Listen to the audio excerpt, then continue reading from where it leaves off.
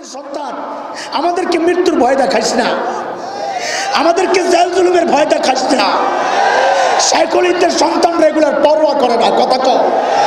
ঈমান রক্ষায় যদি কোটি প্রাণ দিতে হয়, প্রাণ দিতে প্রস্তুত, প্রাণ দিতে প্রস্তুত।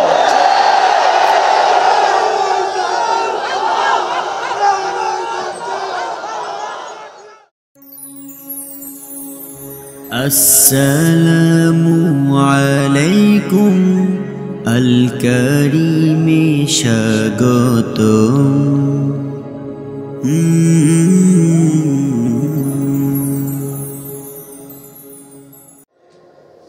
শাইখুল হিন্দ মাহমুদ হাসান দেওবন্দি রহমতুল্লাহ আলাইহির লাশ যখন দিল্লি থেকে হাকিম আজমল খার বাড়ি থেকে যখন দেওবন্দে পৌঁছে, বন্ধুরা দেওবন্দের মানুষ লাশ ধোয়াইতে যায়, দেখে কোমরের মধ্যে গোশত একটু নাই, খালি হাড্ডিটা দেখা যায়।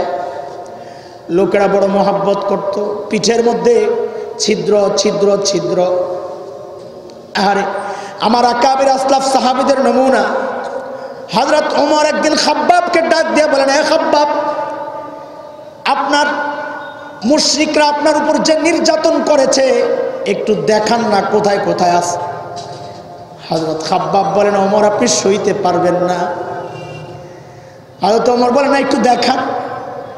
হযরত খাব্বাব জামাটা উঠায় যেই দেখায়, হযরত ওমর বাচ্চাদের মতো হাউমাউ করে কান্না শুরু করছে। দেখেন যে হযরত খাব্বাবের পিঠের মধ্যে বড় বড় গর্ত। বলে, খাব্বাব এটা কেমনে হয়েছে?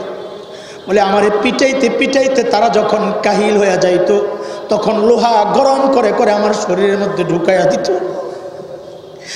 আমার আকাবির আসলাফ ওই সাহাবীদের নমুনার প্রমাণ দিয়েছেন।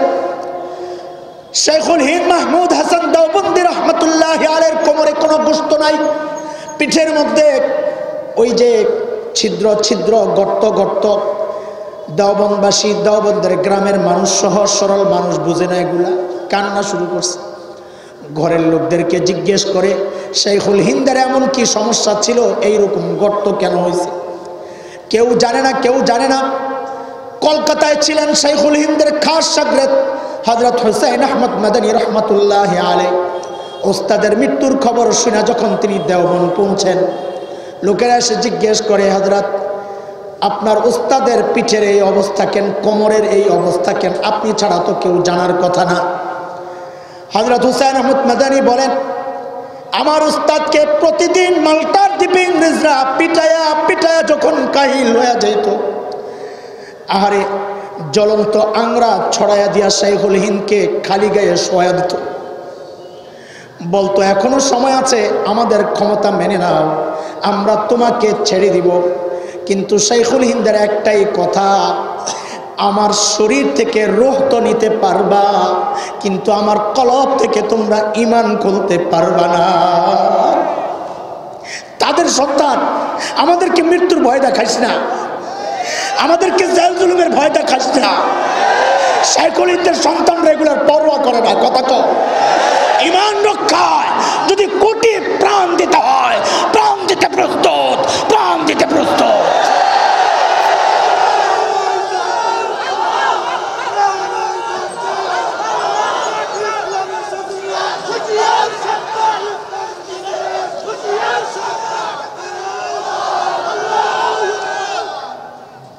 ইংরেজরা চক্রান্ত করলো একটা, ওলামাদের দমন করো, মানুষ সোজা হয়ে যাবে।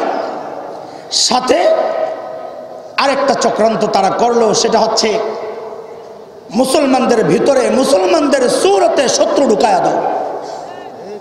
দাঁড় করাইয়া দিল গোলাম আহমদ কাদিয়ানী, দাঁড় করাইয়া দিল বেরলভী, দাঁড় করাইয়া দিল লামাজহাবি, দাঁড় করাইয়া দিল। গোলাম আহমদ কাদিয়ানী আইসা ফতুয়া মারলো, কি জিহাদ হারাম, আমার উপর ওহী আসছে। কোন জায়গায় ভয়টা বুঝছেন তো? আজকে যে জঙ্গি জঙ্গি খেলা, আমাদেরকে খালি জঙ্গি বলায়, আমাদেরকে দমায়া দমায়া রাখতে চায়। কারণ বুঝেন, কারণ তাদের সবচেয়ে আতঙ্কের নাম হচ্ছে ইসলামের অন্যতম মজলুম বিধান জিহাদ। এটাই তাদের ভয়ের কারণ। খুব ভয় পায়, কারণ তারা জানে মুসলমান এই জায়গায় আপোষ করতে রাজি না। এগুলারে খেপানো যাবে না। কাদিয়ানির ওই ফিতনা এখন তো আর নাই, না নাই তো ঘুমায় আছেন কোন কারণে? আল্লামা আহমদ শফি হাফিজাহুল্লাহ একান্তে বলেছেন আমাদের ঘুমায়া থাকার সুযোগ নাই। ইংরেজদের রেখে যাওয়া ওই বীজ গোড়া থেকে উপড়ে ফেলার জন্য প্রস্তুত হওয়া লাগবে। একটা আওয়াজ আসবে, চূড়ান্ত আওয়াজ, চূড়ান্ত ডাক। ঘরে বসে থাকার সময় নাই। শাইখুল হিন্দের রুহানি সন্তানরা আবারও জাগতে হবে, জাগতে হবে।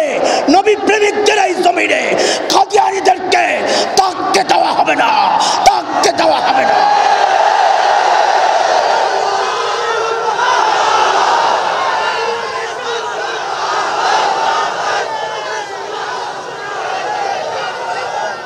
স্লোগান তোমরা না আমি দেব, আমার সাথে স্লোগান দাও। নবীর পরে নবী নাই, সংসদে আইন চাই। নবীর পরে নবী নাই, কাফির কাফির, কাদিয়ানীরা কাফির। এই আওয়াজ প্রত্যেকের দেওয়া লাগবে। কেউ যদি বিরক্তি বোধ করে, খোদার কসম আমি দলিল দেওয়া প্রমাণ করব, তার ঈমান থাকবে না। কোন রকমের অনীহা এই আওয়াজ যারা ওঠায় তাদের দিকে চোখ রাঙায়া তাকানো খোদার কসম ঈমান ভঙ্গের জন্য যথেষ্ট। এটা তো ফতুয়া দিলাম, কিন্তু সাথে আমাদের পয়গামটাও শুনে রাখ। এই আওয়াজের বিরুদ্ধে যদি কেউ চোখ রাঙ্গানি দেস, আল্লাহর কসম ওই চোখ উপড়ে ফেলা হবে, উপড়ে ফেলা হবে।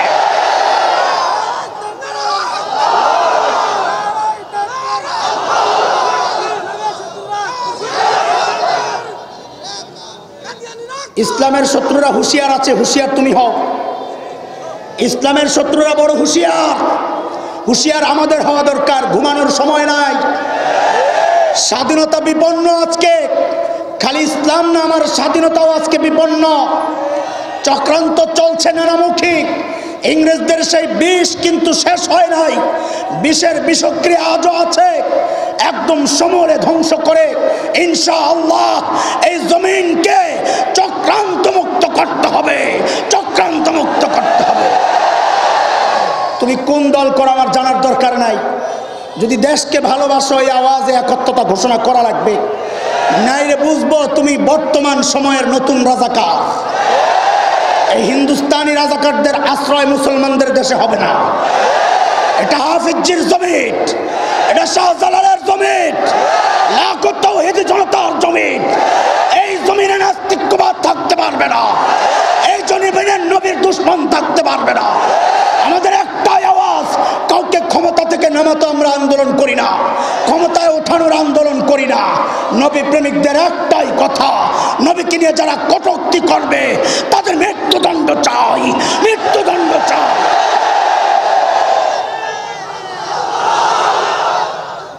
আল্লামা আহমদ শফি যদি ডাক দেন, এই শোনো, চূড়ান্ত ফয়সালা এসপার উসপার একটা হয়ে যাবে। আল্লামা আহমদ শফি যদি ডাক দেন, জীবন দিতে কে কে প্রস্তুত আল্লাহকে সাক্ষী বানাও।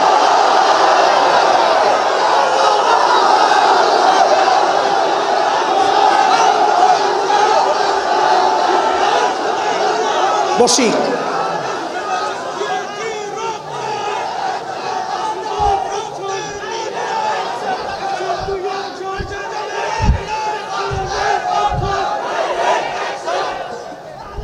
আমাদের আকাবিরদের রক্তের পিচ্ছিল রাস্তায় স্বাধীনতা ভোগ করছ বেঈমান গাদ্দার যারা ওই আকাবিরদেরকে অস্বীকার করে। কথা বলেন ঠিক কিনা? কারো সিলায় সিন্নি খাও মূল্য ছিল না। ইংরেজদের এই চক্রান্তের মোকাবেলা আমাদের আকাবিররা রক্ত দিয়ে প্রতিহত করেছেন। ইংরেজরা লেজ গুটায় এই দেশ থেকে পালাতে বাধ্য হয়েছে। 90 ইংরেজরাও পালাতে বাধ্য হবে ইনশাআল্লাহ। জেগেছে নতুন প্রজন্ম, পালাতে বাধ্য হবে, পালাতে বাধ্য হবে ইনশাআল্লাহ।